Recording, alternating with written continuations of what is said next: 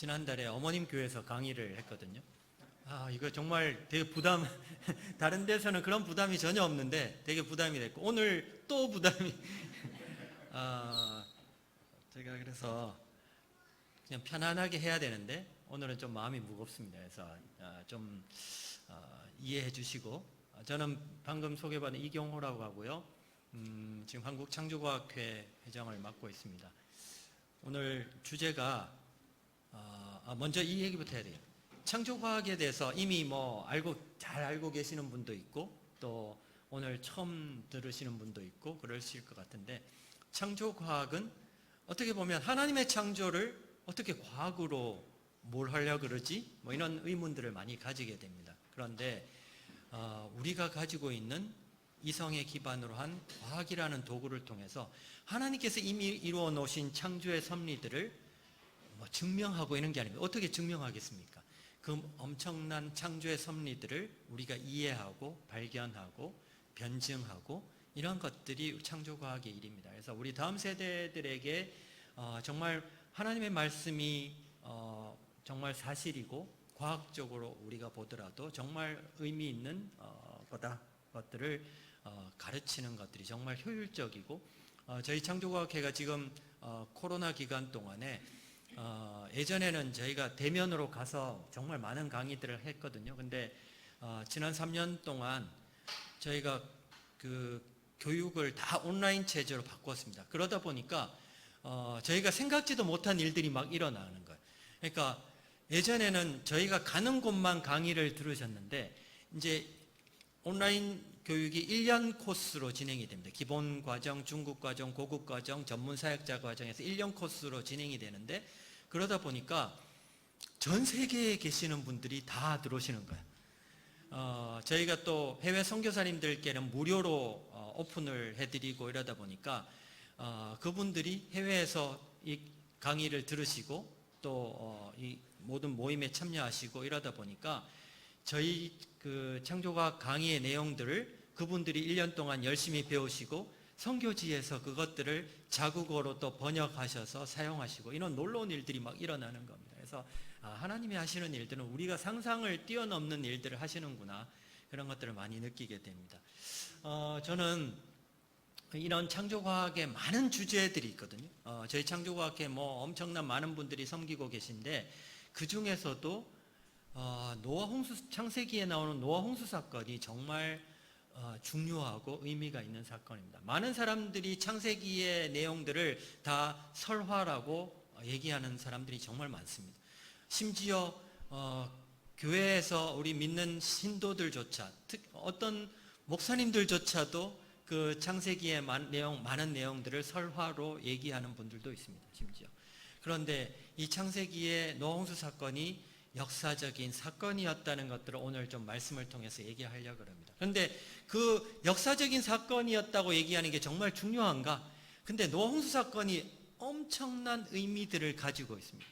우리가 창조과학으로 보더라도 노아 홍수 사건은 정말 중요한 의미들을 가지고 있기 때문에 노아 홍수 사건이 정말 역사적인 사건이었고 어떤 의미를 가지고 있는지를 오늘 좀 여러분들하고 먼저 좀 얘기를 하려고 합니다. 그게 역사적인 사건이었는데 하나님의 지혜와 설계로 그때 노아 방주를 만들었다는 거죠. 그 얘기들을 오늘 뒤에 또 얘기를 하려고 합니다. 저는 인하대학에 온 지가 이제 20년이 되었고, 올해가 딱 20주년이 되었고요. 그 인하대학에 오기 전에는 대덕연구단지에 있는 선박연구소에서 제가 연구원으로 있었습니다. 그때 제가 연구소에 있었을 때 한국창조과학회에서 노아 방주를 직접 만들어서 실험을 했으면 좋겠다, 그런 프로젝트를 의뢰하셨습니다. 되게 오래전 얘기긴 한데, 그때만 해도 왜 창조과학회에서 노아 방주에 대해서 관심이 있지? 저는 잘 이해를 못했거든요. 그런데 제가 이제 그때 프로젝트에 참여하면서 노아 홍수가 이런 의미를 가지고 있고, 과학적으로 노아 방주가 하나님의 지혜와 설계로 만들어졌는데 얼마나 안전한지에 대한 정말 실험을 하는 것이 중요하구나. 그런데 제가 있던 연구소는 세계적으로 공인된 실험 시설을 가지고 있습니다. 거기서 실험을 해서 안전하다고 평가가 되면 세계적으로 인정이 되는 거거든요. 노아 방주에 대해서 세계적으로 공인된 실험 시설에서 세계 최초로 우리 조선공학적인 관점에서 연구를 한 세계 최초의 연구가 저희가 했던 연구입니다. 그래서 오늘 여러분들은 뭐 제가 이렇게 이경진 목사님 동생이라 그러고 그냥 와서 하는가 보다 하지만은 이 엄청난 연구를 한 세계 최초로 연구를 한 사람이 와서 직강을 하는 겁니다. 그래서 이게 제가 다른 데 가면 이게 좀 비쌉니다. 근데 오늘은 제가 모든 것을 다 해서 공짜로 여러분들에게 제가 강의를 하는 시간이라서 잘 들으시면 좋을 것 같습니다. 그래서 오늘 이 얘기들로 1시간 정도 얘기를 할까 합니다. 정말 노홍수 사건이 역사적인 사건이었을까? 이 세상을 바라보는 관점, 우리가 성경을 바라보는 관점, 이게 되게 중요합니다. 왜 우리가 창조과학을 강의하고 하느냐? 지식을 가르치려는 게 아니거든요. 우리 다음 세대들, 우리 믿는 사람들에게 어떤 세계관을 보는 관점을 변화시키는 겁니다. 우리가 성경을 읽을 때 보는 관점이 바뀌는 거예요. 우리가 똑같은 사물을 바라볼 때 관점에 따라서 이게 똑같은 사물인데도 전혀 다르게 바라볼 수 있다는 얘기입니다. 우리가 지층과 화석을 바라볼 때 우리는 어떻게 배웠는가 하면 저게 오랜 시간 동안에 뭐 조금씩 변해와서 저런 모습이 됐구나, 이런 관점으로 바라봤는데 우리가 전혀 다른 관점에서 그것들을 바라볼 수 있다는 얘기죠. 이게 우리가 이게 한 15cm 정도 되려나요? 15cm, 10cm 정도 되겠는데, 자, 우리는 이건 당연히 15cm라고 믿으시죠? 왜 이게 15cm일까요? 그렇게 물으신다면 답을 하기가 되게 어렵죠. 이거 그냥 15cm인데 뭘 그걸 왜 그러냐고 물으면, 그런데 제가 이런 강의를 15cm라고 얘기하고 있는데 저기 지금 사라졌는데 이 친구가 우리나라에 저기 내다보고 있네. 이 친구가 그건 우리나라에서는 1cm예요 얘기했어요. 이게 왜 1cm일까요? 그 나라에는 이만큼을 1cm라고 얘기하기 때문에 1cm인 거죠. 우리는 요만큼을 1cm라고 우리는 배워왔고 알고 있고 그게 팩트라고 알고 있기 때문에 이거는 목이 칼이더라도 15cm가 되는 거예요. 그죠? 그게 보는 관점. 우리가 성경 보는 관점도, 그래서 우리가 정말 올바로 성경을 이해하는 것들이 정말 중요하다는 얘기죠. 그래서 오늘 여러분들이 여태까지 이미 여기 계신 분들은 대부분 다 하나님의 창조를 믿으시고 신앙이 잘 있으신 분들이시겠지만은, 우리가 여태까지 진화론적인 관점에 빨간 안경을 쓰고 있었다 그러면 그것들을 벗겨내고 초록색의 창조론적인 관점의 안경을 새로 쓰는 게 필요하다는 얘기죠. 우리 다음 세대들이 그런 관점에서 우리 성경을 바라보고 이 세상을 바라보기 시작할 때 우리 삶이 완전히 바뀌게 돼요. 그래서 이 어릴 때 아이들에게 정말 하나님의 창조의 신앙을 가르치는 게 정말 중요한 거고. 자, 오늘 집에 가셔서 창세기 6장부터 9장까지 여기 목사님들도 계시고 선교사님도 계시지만은 잘 아시는 말씀이지만은 다른 분들은 창세기 6장부터 9장까지를 좀 정독해 보십시오. 오늘 제 강의를 들으시고 그러면 좀 더 구체적으로 이해가 되실 거라고 생각합니다. 자, 그럼 홍수가 언제 일어났을까? 연대로 따져보면 지금부터 한 4,500여 년 전으로 거슬러 올라갑니다. 그런데 그냥 비가 온 정도가 아니라 여기 우리 고향에만 비가 온다든지 서울만 비가 온다든지 우리나라만 비가 오는 정도가 아니라 성경에 보면 큰 기품의 샘들이 터지고 하늘의 창이 열렸다고 기록하고 있어요. 자, 이거는 엄청난 전 지구적인 격변을 얘기합니다. 엄청난 이 큰 변화가 있었던 걸로 기록하고 있습니다. 그건 나중에 좀 설명을 드리겠습니다. 자, 결과는 노아와 노아의 가족들 8명, 노아와 노아의 아내와 아들이 3명, 그 다음에 부인이 1명씩 해서 3명, 8명이 살아남았고 방주에 탄 코로 숨쉬는 애들만 살아남았다, 이렇게 기록되어 있습니다. 자, 이게 홍수의, 성경에 기록된 홍수의 기록이죠. 자, 그러면 이게 정말 이 엄청난 홍수가 일어나서 모든 세상의 사람들이 다 죽고 노아의 가족만 살아남았다. 이게 정말 과연 가능한 일인가? 과연 가능한 일인가? 그래서 저도 옛날에 이 성경을 읽으면서 이게 정말 사실일까? 의문들이 들기 시작하는 거죠. 저도 질문이 되게 많았거든요. 옛날에 질문하면, 목사님들께 질문하면, 목사님 질문 있습니다 하면 목사님이 저한테 아주 대답했던 항상 유일한 대답이 있습니다. 뭘까요? 짜씨가 믿어. 그냥 믿어. 그냥 믿으면 되지 왜 따지냐 이거죠. 그런데 우리가 그냥 믿어야 되나?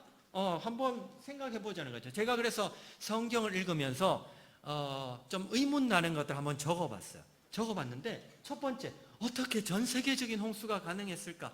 뭐 우리나라만 홍수가 난다든지 인도만 난다든지 뭐 이렇게 가능한데 전 지구적인 홍수가 일어났다고 기록하고 있거든요. 이게 일단 과연 가능했을까?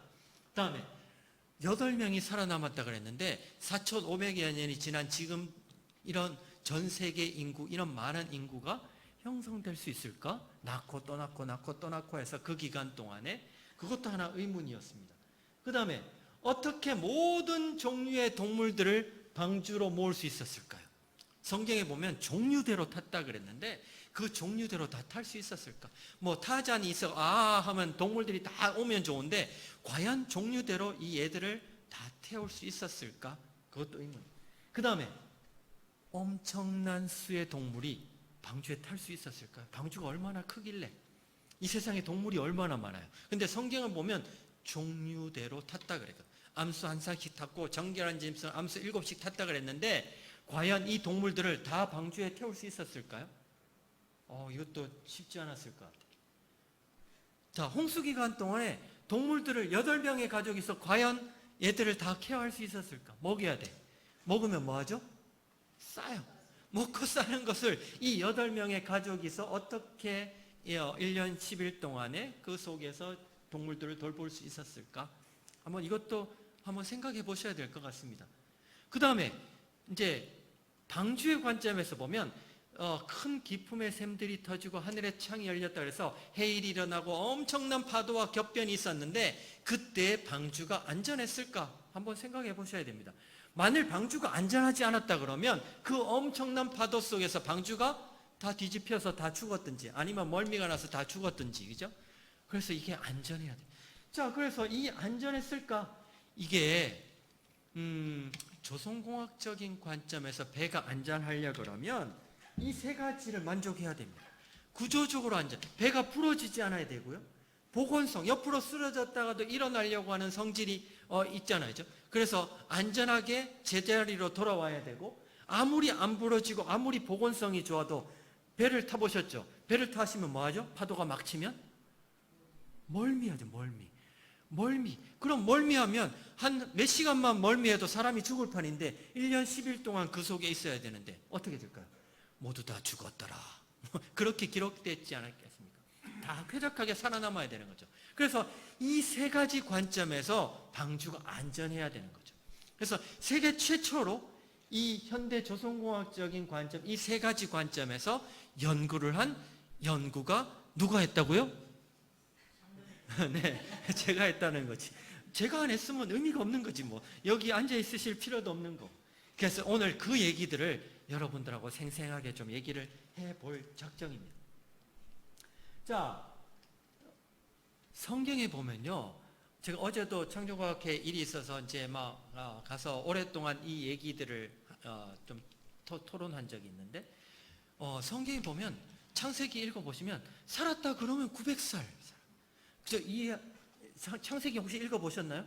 자, 900살이 막 살았대요.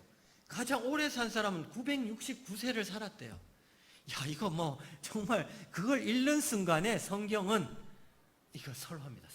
신화입니다. 야, 어떻게 말도 안 되는 900살 이상을 사는 기록들이 있을까? 성경이 이렇게 권위 있게 기록돼서 한 200살 정도 살았다고 기록됐으면 그래 정도 이해할 텐데 무슨 900살이야 이걸 어떻게 이해해야 돼? 정말 이건 말도 안 되는 얘기죠. 그래서 오늘 이 얘기들을 정말 그 사람들이 왜 900살을 기록했을까요? 사실이기 때문에 기록했지 않겠습니까? 자, 그러면 이걸 어떻게 이해할 것인가를 노홍수 사건을 통해서 좀 설명이 가능해집니다. 오늘 그 얘기들을 좀 여러분들하고 좀 얘기를 할까 합니다. 자, 오늘 그래서 이런 질문들에 대해서 하나하나 좀 풀어가면서 오늘 강의들을 진행해 보겠습니다. 마이크가 무선 마이크면 더 좋은데 하여튼 제가 무선 마이크면 이렇게 돌아다니면서 질문도 하고 원래 제가 해야 되거든요. 그래서 근데 앞에서 해야 되니까 어쩔 수 없이 좀 눈꺼풀이 무거우신 분 있으면 제가 옆에 가서 질문도 하고 이렇게 옆에 가서 어깨도 좀 주물러 드리고 이렇게 하면서 강의를 합니다. 근데 오늘은 어쩔 수 없이 이제 여기서 좀 강의를 해야 될 거예요. 자, 노아홍수 사건이 정말 중요하다고 얘기했는데 우리 창조과학에서도 노아홍수 사건이 정말 중요하거든요. 왜 중요한지를 오늘 좀 설명을 드리려고 합니다. 첫 번째, 이 성경적으로 매우 중요하죠. 저 사람 왜 당연한 소리를 하나. 첫 번째, 왜 이 얘기를 하는가 하면 지금 많은 사람들이 성경을 사실로 받아들이시고 있지 않다는 데 문제가 있습니다. 자꾸만 우리 이성이 자라면서 우리 이성에 근거해서 그 성경을 자꾸만 왜곡하는 거죠. 다르게 이해하는 거죠. 그러니까 우리 이성, 우리 어떤 보편성 이런 것들로 인해서 성경을 그걸로 이해하려고 합니다. 자, 그러다 보니까 우리의 상식, 우리의 어떤 많은 사람들의 어떤 보편적인 얘기 그런 걸로 성경을 이해하다 보니까 하나님의 진리이신 성경을 잘못 왜곡하게 되는 거죠. 자, 이게 대표적인 것들이 타협 이론입니다. 자, 우리가 타협 이론의 대표적인 것이 혹시 들어보셨는지 모르지만 유신 진화론입니다. 자, 유신 진화론은 유신은 하나님을 믿는 거죠. 하나님이 있다고 믿는 겁니다. 근데 진화론을 믿는 거예요. 자, 무슨 말인가 하면 하나님이 진화의 방법을 통해서 사람을 만드시고 진화의 모든 과정에 하나님이 관여하셔서 진화되게 만드시고 그 사람을 특별히 하나님께서 복 주시고 우리 모든 이런 것들을 이끌어 나가신다고 얘기하십니다. 그러니까 우리가 배워오던 진화론과 우리가 교회에 와서 믿는 창조와 어떤 하나님의 성경 말씀과 이게 교묘하게 잘 믹스업 되는 겁니다. 우리 이성적으로 잘 받아들여지는 거죠. 그렇기 때문에 그게 지금 많은 교회에서 또 많은 어떤 그 목회자들이 그것들을 다 받아들이고 있습니다. 자, 그러다 보니까 그거를 먼저 받아들였던 영국이나 미국이나 이런 선진 기독교 나라가 이미 다 교회가 다 무너졌습니다. 되게 위험한. 하나님의 말씀을 하나님의 말씀으로 받아들이지 않으면 교회는 무너집니다. 우리 다음 세대들이 하나님의 말씀을 하나님의 말씀으로 받아들이지 않으면 교회는 무너집니다. 그래서 우리가 이 창조신앙이 정말 중요한 거예요. 타협이 정말 아주 이성적이고 리즈너블한 것 같지만은 결국 그러는 순간 교회는 무너집니다. 되게 위험한 거죠. 그래서 우리가 이게 거품을 물고 우리가 쫓아다니면서 창조과학을 창조신앙을 전하는 이유가 바로 하나님의 말씀을 하나님의 말씀으로 이해하자는 데. 자, 그래서 첫 번째는 성경적으로 노아홍수 사건이 역사적인 사건이었다는 것들을 먼저 여러분들에게 말씀드리는 겁니다. 자, 제가 오늘 얘기하고 싶은 것은 두 번째입니다. 과학적으로 노아홍수 사건이 엄청난 의미들을 가지고 있습니다. 여러분들 교과서에 배우던 우리 학교에서 배우던 진화론은 동일과정설에 기초하고 있습니다. 자, 무슨 말인가 하면 동일과정설은 지금 이런 지구의 모습, 이런 현재의 모습들을 보면서 과거에도 동일했을 거야라는 전제가 있습니다. 그러니까 현재 이런 이렇게 변해가는 모습들을 보니까 과거에도 똑같이 그랬다는 전제하에서 과거로 쭉 가보는 겁니다. 그러니까 오랜 시간 전에 이런 모습이었을 거야. 그러니까 과거로부터 보면 이게 지금 변하는 모습하고 똑같이 조금씩 변해와서 이런 모습을 갖추었겠지 이렇게 보는 것들이 동일과정설입니다. 자, 쉽게 얘기하면 여기 프리젠터가 있는데 이게 10억 년이 지나면 자동차로 변할 거예요. 믿습니까? 믿으세요? 자동차로 변할 거예요. 자동차로. 10억 년. 1년 후에도 아니고 100년 후에도 아니고 10억 년 지나면 변할까요? 주 목사님 변할까요? 왜요? 10억 년인데 우연히 변하지 않을까요? 네. 우리 목사님은 너무나 확고한 믿음이 있으시기 때문에 이걸 안 변한다고 말씀하시지만은 많은 이 과학에서 동일 과정설이 변한다고 얘기합니다. 변해왔다고 얘기합니다. 그죠? 조금씩 변해왔어. 이 변하는데, 자, 지금은 우리가 변하는 게 눈에 보이지 않지만 과거로부터 오랜 시간이 지나서 우연히 변한다고 생각합니다. 그래서 진화론은 우연을 얘기하죠. by chance입니다. 우연히 보니까 오랜 시간 동안. 자, 이런 동일 과정설에 기초해서 나온 것들이 진화론입니다. 그러니까 찰스 다윈이 그냥 얘기한 게 아니라 동일 과정설에 심취해 있었는데, 그러다가 배를 타고 어디인가 여행을 하다가 갈라파고스 군도에 가서 동물이 이렇게 다양하고 핀치새의 부리가 이렇게 다른 것들을 보면서 야, 저렇게 진화해 갈 수 있구나, 이렇게 얘기하는 겁니다. 만일 제가 그곳에 갔다 그러면 와, 하나님이 이렇게 다양하게 창조하셨네, 이렇게 얘기할 겁니다. 자, 무슨 말인가 하면 똑같은 사물을 보면서도 보는 관점에 따라서 전혀 다르게 해석이 된다는 얘기죠. 그러니까 진화론은 동일 과정설에 기초하고 있습니다. 자, 그런데 창조론은 그게 아니야. 어느 시점에 큰 변화가 있었고 큰 변화에서 짧은 시간에도 충분히 그런 모습을 갖출 수 있어, 이겁니다. 그게 바로 대격변설입니다. 그 대격변의 가장 중심에 있는 사건이 뭘까요? 노아시대 대홍수 사건입니다. 그 노아시대 대홍수 사건에 의해서 정말 그렇게 길지 않아도 충분히 이런 지구의 모습, 이런 자연의 모습, 모든 것들이 충분히 가능해, 이런 얘기를 하는 겁니다. 그래서 동일과정설과 대격변설, 이거에 기초한 진화론과 창조론. 그래서 우리가 노아홍수 사건이 되게 중요하다고 말씀드리는 겁니다. 노아홍수 사건이 역사적인 사건이었고 노아시대 대홍수 사건이 있어야지 이런 짧은 시간에도 이런 지구의 모습과 이런 것들이 충분히 가능하다는 것들을 오늘 좀 여러분들하고 말씀을 나누려고 합니다. 그래서 오늘 여러분들이 이제 동일과정설, 대격변설, 그 대격변설의 가장 중심에 있는 사건, 노아홍수 사건, 이것만 기억하시면 오늘 강의는 끝입니다. 자, 예언적으로 매우 중요합니다. 예수님께서 인자에 나타난 날에 또 이러하리라 그래서 노아홍수 사건에 대해서 얘기해요. 장차 임할 심판에 대한 경고로 이런 말씀을 하시는 거죠. 네. 그래서 이 세 가지 관점을 여러분들이 좀 이해하실 필요가 있을 것 같습니다. 이제 홍수 사건을 좀 들어가 보겠습니다. 홍수 사건은 아주 재미있게 표현되어 있습니다. 창세기 6장부터 제가 읽어보라고 그랬죠. 9장까지 읽어보시면 홍수 심판이 있을 것이다. 다시는 물로 심판이 없을 것이다. 노아와 언약을 맺으시고 생물들과 언약을 맺으시고 방주로 들어가라 그러고 방주에서 나오라 그러고 7일간 홍수를 기다리고 물이 줄었는지 7일간 기다리고 40일 비가 내리고 40주가 지나서 새를 날려보내고 물이 불어나고 물이 줄어들고 높은 산이 물에 덮이고 봉우리가 드러나기 시작하고 150일간 떠다니고 150일간 물이 줄어들고, 이게 노아가 600세대 된 몇 월 며칠에 어떻게 되고 7일 기다리고 40주에 비가 내리고 150일을 떠다니고 어떻게 되고 새를 날려보내고, 이런 기록들이 성경의 단일 사건으로 이렇게 많은 장을 할애해서 구체적으로 기록된 사건이 그렇게 없습니다. 자, 무슨 말인가? 이 말은 무슨 말일까요?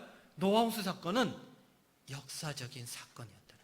너무나 만약 이게 설화라 그러면 이렇게 기록했겠습니까? 옛날에 노아라는 의로운 사람이 살았는데 하나님께서 방주를 만들어라고 방주를 잘 만들었어, 잘 먹고 잘 살았네, 끝.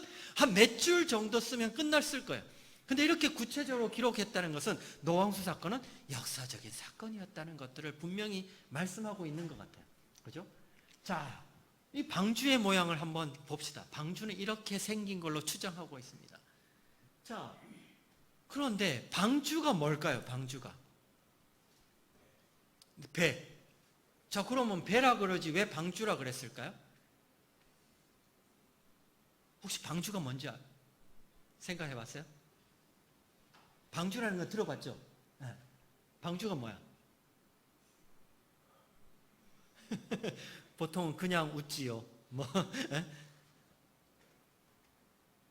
방주가 뭘까요? 혹시?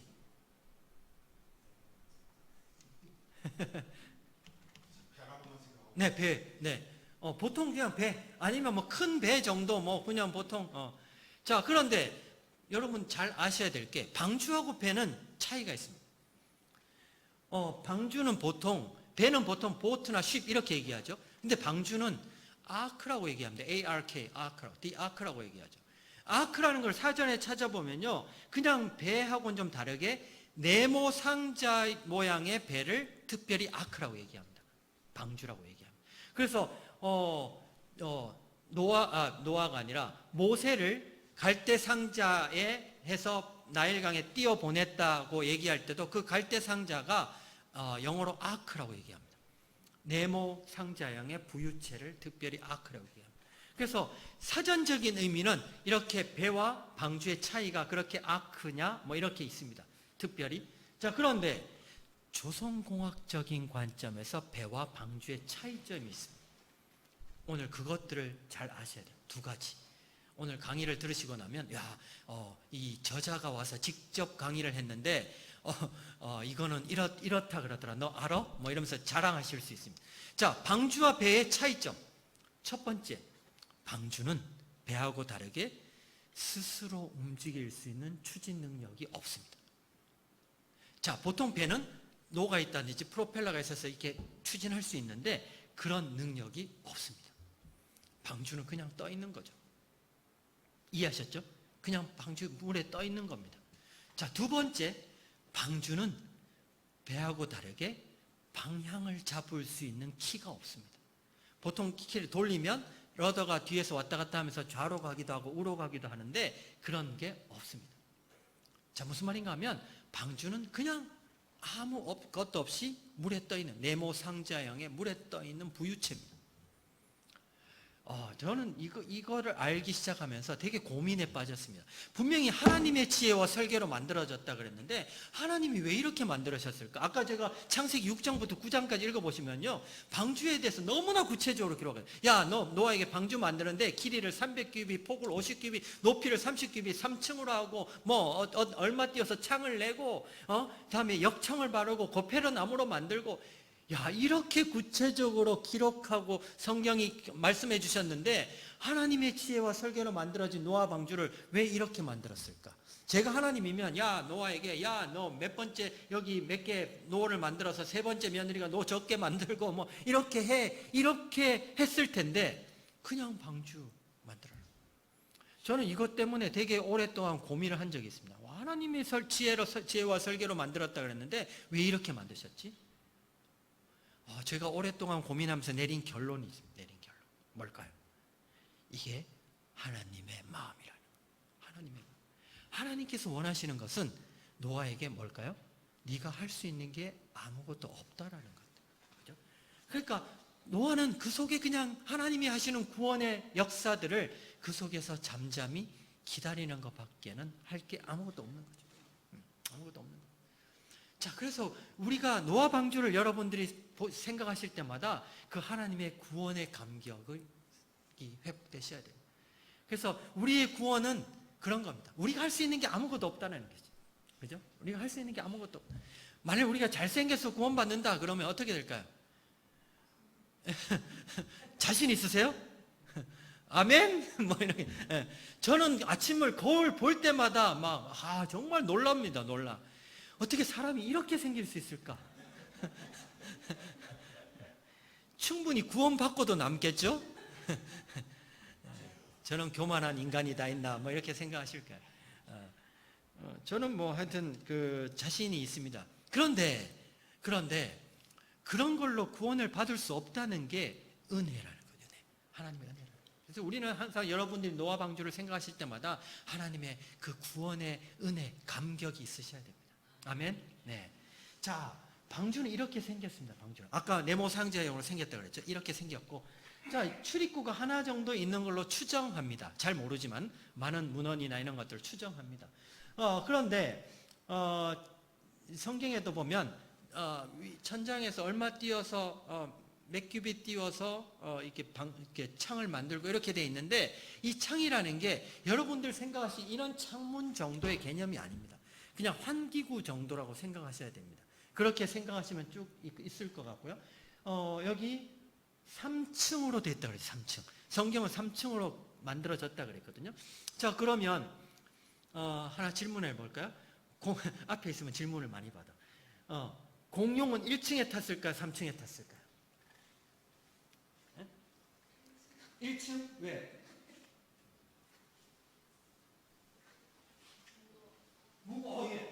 정확하게 얘기했어요. 야, 이거 정말 놀라운 대답입니다. 무거워서. 공룡은 1층에 탔는데 무거워서 1층에 탔다고 얘기했어요. 정답이에요, 정답. 제가 원하는 정말 마음에 쏙 드는 대답이에요. 정확한 대답. 자, 그런데 제가 어린이 집회에 가잖아요. 공룡은 1층에 탔을까요? 3층에 탔을까요? 그러면 아이들 대답이 공룡 안 탔어요. 그래요. 그게 우리 아이들이 과학 생물 교과서에서 배우는 거예요. 그죠? 공룡은 어떻게 배웠는가 하면 사람이 태어나 유인원이 나오기 훨씬 300만 년 이상 되는 전에 이미 멸종되고 정말 오랜 시간이 지나서 유인원이 생겨서 유인원이 점점 지나서 사람이 됐다 이렇게 얘기해요. 그죠? 우리 그게 진화론에서 배운 거예요. 우리 아이들이 그렇게 얘기해요. 그러니까 교수님 공룡 안 탔어요. 정말 이게 우리의 현실입니다. 현실. 자, 그런데 공룡도 하나님의 작품이에요. 공룡과 사람이 동시대에 살았다는 엄청난 증거들이 있습니다. 혹시 다음에 제가 기회가 되면 그런 얘기들을 한번 와서 하겠습니다. 정말 공룡과 사람, 이 화석 얘기, 이거 정말 중요하거든요. 그걸 올바로 이해해야지 하나님의 창조에 대해서 이해를 합니다. 그랜드 캐니언을 우리가 탐사도 막 가고, 저도 그랜드 캐니언 여러 번 갔지만은 그냥 가서 보는 거하고 창조과학적인 의미에서 탐사 여행 가는 거하고는 차원이 다릅니다. 자, 거기 가서 보면 와, 하나님의 섭리가 이런 거구나 이해하게. 자, 공룡, 하나님의 피조물, 하나님의 걸작 창조물. 공룡과 사람이 동시대에 살았다는 증거들이 뒤에 좀 설명을 드릴 텐데 그런 것들이 있습니다. 자, 이렇게 하여튼 같이 만들었고, 공룡은 1층에 타. 왜? 무거우니까. 무거운 게 아래에 있어야지 복원성이 좋아집니다. 아까 배의 중요한 안전 측면에서 보면 구조적인 안전, 복원 안전, 안에 탄 사람이 쾌적함을 느끼느냐 이렇게 3개 얘기했죠. 그런데 그 중에 복원성 측면에서 정말 중요한 게 무게중심이 아래에 있는 겁니다. 그래서 오뚜기 아시죠? 오뚜기 무게중심이 아래에 있으니까 벌떡벌떡 일어나는 거예요. 배도 무게중심이 아래에 있어야지 복원성이 좋아집니다. 그래서 여러분들 중에 난 체중이 좀 나가 이런 사람은 배 타고 구경하신다고 위로 올라가면 위험하다 안 위험하다? 위험하다. 조용히 아래에 계시는 게 많은 사람들을 도와주는 겁니다. 안전한 측면에서. 자, 어찌됐든 이런 3층으로 되어 있고요. 고페르나무라는 걸로 만들어졌고 역청을 발랐다. 역청은 다른 의미가 있는 게 아닙니다. 방수 이런 걸로 되어 있습니다. 자, 이렇게 방주의 모양은 이런 형식으로 되어 있을 거다. 방주의 크기가 길이가 300규빗, 폭이 50규빗, 높이가 30규빗이라고 되어 있는데, 규빗은 뭔가 하면 어른 손끝에서 팔꿈치까지의 길이를 1규빗이라고 얘기합니다. 보통 44.5cm, 45cm 정도에서 미터 단위로 환산해 보면 길이가 135m, 폭이 22.5m, 높이가 13.5m 정도 되는, 여기 상암 월드컵 축구 경기장이 연한 노란색이고요. 진한 방주를 거기 올려보면 축구장보다 훨씬 더 큰 방주의 크기가 됩니다. 고페르나무로 되어 있고 3층 구조로 21,000톤 정도 돼. 자, 21,000톤 정도 되면 아마 여기에서 제가 표정을 보니까 이쪽 부류는 와 크네, 이쪽 부분은 애게 그거밖에 안 돼, 뭐 이런 표정인데, 저 당시에 21,000톤의 방주가 만들어졌다는 것은 놀라운 거예요. 저 당시의 조선 기술로 21,000톤 정도의 방주를 만들 수 있었을까? 이거는 정말 미스터리입니다. 미스터리. 지금 우리나라 연근해를 떠다니는 배들이, 물론 태평양을 떠다니는 배들은 30만 톤 이상 되는 엄청난 큰 배들이 많이 있지만은 우리나라 연근해를 떠다니는 배들이 기껏해야 아마 2만 톤, 3만 톤 내외입니다. 그러니까 이 당시 21,000톤은 엄청난 큰 배죠. 방주죠. 자, 과연 가능했을까? 이거 되게 의문입니다. 자, 이런 질문, 이제 이런 것들을 보면서 먼저 아까 질문 중에 해결해야 될 것들이 하나 딱 나왔습니다. 첫 번째 질문. 자, 방주가 축구장보다 크고 21,000톤, 오케이, 뭐 크다 칩시다. 그러면 거기에 동물들 다 태울 수 있을까? 한번 생각해 봅시다. 이게 세상에 동물들이 얼마나 많아요? 한번 생각해 보셨나요? 동물이 세상에 얼마나 많은데 그 동물들 다 탈 수 있을까? 동물들을 종류대로 태워야 되고 정결함 진수 암수 7씩 태우고 암수 한 쌍씩 태워야 되는데 과연 가능했을까? 코로 숨 쉬는 애들을. 자, 타야 될 애들이 누구냐를 따져보니까 포유류, 새끼를 낳는 동물들 아시죠? 그 다음에 조류, 날아다니는 조류, 새 같은 애들, 양서류, 뭐 개구리 같은 양서류, 파충류, 뭐 도마뱀 같은 애들, 그런 애들에서 코로 숨 쉬는 방주에 굳이 뭐 물고기 수족관 만들어서 태울 일은 없잖아요. 걔들은 잘 살 거니까 놔두고 해서 해보니까 17,600여 종류 정도 된다. 생각보다 많지 않죠? 17,600여 종류. 자, 그래서 이것들을 보시면, 자, 그래서 암수 한 쌍씩 태우고, 정결한 짐승은 암수 7씩 태웠다 그랬으니까, 자, 17,600여 종류인데, 요거를 그러니까 한 쌍씩만 태우면 한 34,000 정도 되고, 정결한 짐승 암수 7씩 태웠다 그랬으니까, 대충 따져보면 한 4만에서 5만 마리 정도 탔지 않았을까 추정해 볼 수 있습니다. 자, 그러면 4, 5만 마리 정도 탔을 것 같은데 방주에 아까 공룡 같은 애들도 있고 코끼리 같은 애들도 있고 개미 같은 애들도 있고 그러니까 사이즈의 차이가 크지 않겠습니까? 자, 그러면 그런 애들 평균을 내보니까 양 한 마리 정도 타면 돼요. 양 한 마리.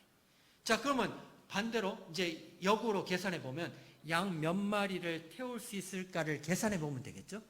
그래서 계산해 보니까 무게 기준으로 12만 마리 정도를 태울 수 있는 방주. 무게 기준으로. 그런데 배는 무게보다 부피가 더 중요해요. 부피 기준으로 따지면 한 7만 마리 정도를 태울 수 있는 공간이 나온다 그럽니다. 7만 마리. 아까 4, 5만 마리 정도 태우면 된다 그랬으니까 방주에 태우고 동물도 태우고 먹을 거 싣고 해도 충분한 여유로운 스페이스가 되더라. 충분히 동물들을 태울 수 있는 공간이 되더라. 만일 여기서 딱 맞게 만들었다면 어떻게 될까요? 코끼리가 하프마다 뒷발질하다가 개구리를 밟았어. 어떻게 될까요? 이 세상의 멸종 이렇게 되지 않을까? 그죠? 그래서 충분한 여유로운 스페이스가 되고 먹는 것도 싫고 아마 그래서 충분한 가능성이 있다는 얘기를 하는 겁니다. 자, 그런데 중요한 것은 자, 여기서 왜 동물들이 저거밖에 안 될까? 아마 여러분들이 그런 의문들이 생길 겁니다. 그런데 여러분들 분명히 주목하셔야 될 게 종류대로 태웠다는 데 주목하셔야 됩니다. 영어 성경에 보면 종류대로 태웠다는 것을 the kinds of 이렇게 기록하거든. kinds라고 얘기합니다. 자, 그거는 우리가 여러분 생물책에 배우는 종, species 그런 종하고는 좀 개념이 다릅니다. 여기서 종류대로 태웠다는 것은 the kinds of라는 것은 우리가 알고 있는 종, 개도 뭐 종이 엄청 많잖아요. 뭐 시추도 있고 코카스패니얼도 있고 뭐도 있고 종이 엄청 많은데 그런 스피시 종 말고 종류라는 것은 큰 덩어리입니다. 큰 바운더리에 있는 큰 카테고리에 있는 거죠. 그러니까 개는 개, 말은 말 이런 큰 덩어리 종속과 목강, 문개 뭐 이렇게 쭉 나누는데 그 중에 문 언저리에서 왔다 갔다 하는 정도라고 보통 보고 있습니다. 자, 그러면 그런 큰 덩어리에 개는 개, 말은 말, 소는 소 이렇게 해서 큰 덩어리의 종류를 의미합니다. 그렇기 때문에 17,600여 종류 정도밖에 안 되는 거죠. 그냥 종이라 그랬으면 훨씬 많겠죠. 불가능합니다. 그런데 홍수 이후에 이런 종류들이 나와서 환경에 적응하면서 다양하게 변이하는 겁니다. 그러니까 여러분 진화와 변이는 전혀 다른 게 아닙니다. 그러니까 진화는 종을 뛰어넘는 진화는 일어날 수 없다는 게 화학적으로 생물학적으로 다 이미 밝혀져 있습니다. 불가능합니다. 아무리 오랜 시간이 지나고 아무리 돌연변이가 일어나고 뭘 하더라도 불가능하다는 게 이미 그거는 밝혀져 있습니다. 자, 그러면 이 종류 내에서 다양한 변이는 가능한 거죠. 변이. 환경에 적응하고 하나님은 그렇게 적응할 수 있도록 모든 생명체를 만드셨습니다. 그죠? 자, 그런 것들을 이해하셔야 됩니다. 그래서 충분히 동물들이 방주에 탈 가능성이 있다 없다? 있다. 그 얘기들을 먼저 말씀을 드리는 겁니다. 첫 번째 질문. 자, 두 번째 질문 뭔가 하면, 야, 동물들, 그 속의 동물들 8명의 가족이서 다 케어할 수 있었을까? 쉽지 않았어요. 모두 다 죽었더라. 이렇게 기록했을 텐데, 자, 노아 8명의 가족이서 어떻게 케어할 수 있었을까? 아까 방주의 모양을 한번 상상해 보세요. 창문이 있었다 그랬나요? 창문 있었어? 이거야? 내가 창문이 아니라 그건 환기구 정도라고 얘기했어. 이런 창문이 아니라 그냥 조그만 환기구 정도. 그러니까 빛이 많이 들어오는 게 아니라 바깥에는 비가 와요. 어두워요. 비가 와고 창문이 크게 뭐가 있는 게 아니라 환기구 정도가 있으니까 바깥은 어둡고 습하고 안은 어두워요. 안도 어둡고 습해요. 자, 그러니까 어떻게 될까요? 동물들이 졸려요. 잠이 자. 지금도 내가 이렇게 명강의를 하고 쾌적한 에어컨을 틀어놨는데도 졸리잖아. 어쩔 수 없어요. 여러분들이 제가 강의하시고 제가 여기 앉아있으면 졸릴 거야. 그죠? 정말 난 이렇게 강의하는데 조는 사람 보면 이해가 안 돼. 자, 그런데 농담입니다. 졸 수도 있지. 피교육자가 되면 졸리게 마련입니다. 자, 그런데 이 어둡고 습한 상황이 되고 그 속에 있으면 졸려요. 동물들이 많은 시간 잠을 잤을 거예요. 많은 시간 잠을 자고 잠을 자니까 안 먹어요. 안 먹으니까 안 싸요. 이거 딱 맞지 않습니까? 동물들을 1년 10일 동안 8명의 가족이서 케어하기에 전혀 문제가 없었을 것이다. 그렇게 보고 있습니다. 많은 생물학자들. 그런데 지금도 많은 동물들이 이런 환경이 되면 초자연적인 동면을 하고 있습니다. 만약 그런 환경이 된다면. 그죠? 특별히 창세기 8장에 보면 하나님이 그와 함께한 모든 동물들과 육축들을 권념하사 돌보셨다. 딱 관리하셨다는 거죠. 하나님께서 잠을 주셨고 잠을 잘 수 있도록 충분히 하셨다. 그래서 동물들이 1년 10일 동안 그 속에 있어도 문제가 없었을 것이다. 여러분들 멀미하고 이럴 때 자잖아요. 잠은 멀미 별로 안 하죠. 그래서 모든 환경들이 그렇게 파도에 따라 쉽지 않았을 텐데 그럼에도 불구하고 동물들이 잠을 자고 그런 파도 속에서도 잘 생존할 수 있었을 것이다. 그렇게 보고 있습니다. 자, 전 세계적으로 홍수 이야기가 200여 개 전해 내려와요. 그런데 재밌는 것은 공통점이 있더라는 거죠. 자, 신에 의해서 계획되었고 배가 만들어졌고 소수만 살아남았다. 이게 공통이에요. 하나의 얘기에서 전 세계적으로 홍수 설화가 공통점이 있네. 그 말은 무슨 말일까요? 이게 하나의 얘기였다는 얘기죠. 노아 홍수 사건이 하나의 유일한 사건이었고 그 얘기가 노아의 가족이 퍼져나가면서 구전돼서 전해 내려갔다. 이렇게밖에 볼 수가 없어요. 하나의 얘기라는 거죠. 근데 재밌는 것은 이 하와이 전설에는 누라는 사람이 나오고요. 중국 묘족의 전설에는 누아라는 사람이 나옵니다. 누아, 누우, 노아 다 비슷한 말이죠. 다 동일한 사람, 동일한.